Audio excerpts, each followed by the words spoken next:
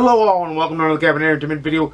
It's Art here with a book review for The British Are Coming by Rick Atkinson. It's the first in his Revolution trilogy. It was written in 2019. Book 2 isn't even out yet. We're in 2023. What's he doing? Like I said before. But this book is a detailed history of the American Revolution from 1775 to 1777. So we know now that more than likely he's going to do 1778 to 1781, and then 1781 to probably 1783 or 1786. However he decides to do that in those three. He's probably going to do something of that nature in that sense. But the book itself, The British Are Coming, is long. But it's not like your normal history textbook. It's very well told. It has a very well narrative. Yes, you hear from the generals like Washington and Howe and Cornwallis and all that, pardon my phone, and all that. But you hear from the boots on the ground, from the common man as well. The common man is very well documented in this book and woven very succinctly into the story of The British Are Coming, and very succinctly into what should be the nomenclature of the American Revolution. It's very succinct, it's very well done, it moves with the breath of pace, and I finished it in about 5 or 6 days of listening, because like I said, it's 31 hours long, so it's not a shorty at all. It's not a short book at all. It's 31 hours long. It is that. It is long, but it doesn't feel long because it's written well. It as a history major, it let me know things that I didn't know about the American Revolution, and it's documented in maps and in documents that are found in at the end of the audiobook, but also in the physical book. It's so good that I'm actually going to get it in physical format. It is, and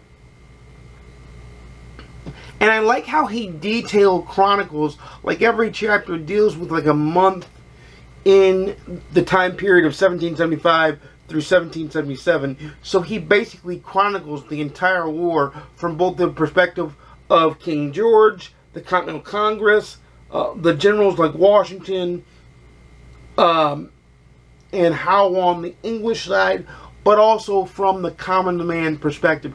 And you don't see a lot of American history that encompasses the common man's perspective in the time of the Revolution. So that's why I think this is very well told, very well written, and very deep in of its nature. Will I read the rest of the trilogy? You're darn tootin'. I will either read or listen to the rest of the trilogy. I am fully on board with this type of history. It's not so much about dates, but it tells the narrative of the people that were actually there, and the fright that was going on in the country, and the concern that was going on with the British about how it wasn't quelled fast enough. It got all that. It got the emotion. It got the boots on the ground feel. It got everything that you would want to get in the story. I've been wrestling with what to give it as far as on my rating scale. But to me, it's a long book. It's a book, but it's a book you'll fly through, which is a testament to Atkinson's skill at writing and divulging information that so often in history textbooks is dry, is just matter-of-factly laid out there and not given the whole encompassing picture behind it. But Atkinson does that in The British Are Coming. Probably before book 2 comes out, I'll probably listen to and or read it again, because like I said, I've ordered it and it's not here yet, but it's coming, in print form because I'm adding it to my history collection, my already breadth of history collection. So on my own scale, it's a read it, own it, love it. On the GoodReads scale, this is the first time I've ever done this. This is a 5 out of 5 stars on the GoodReads scale. Why is it the first time I've ever done this? Most of your history narratives are dry. Most aren't for the common reader. But I think Rick Atkinson writes for the common reader, not the history major, although as a history major I can tell you I enjoyed it immensely.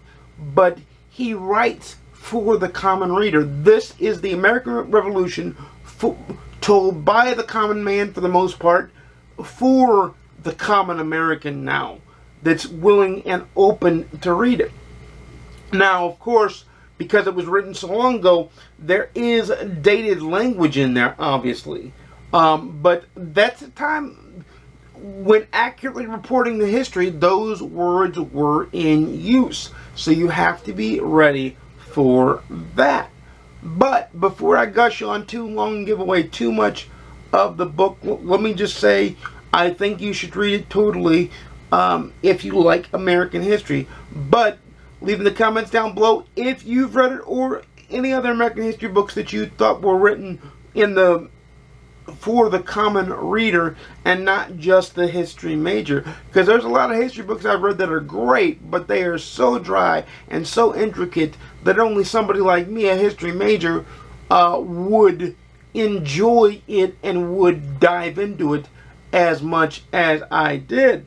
But this book is the exception to the rule. This book is the narrative for the common reader. This book, I can understand why it was widely sold and why it was why waiting for book number 2, people are waiting on pins and needles with bated breath to get the book.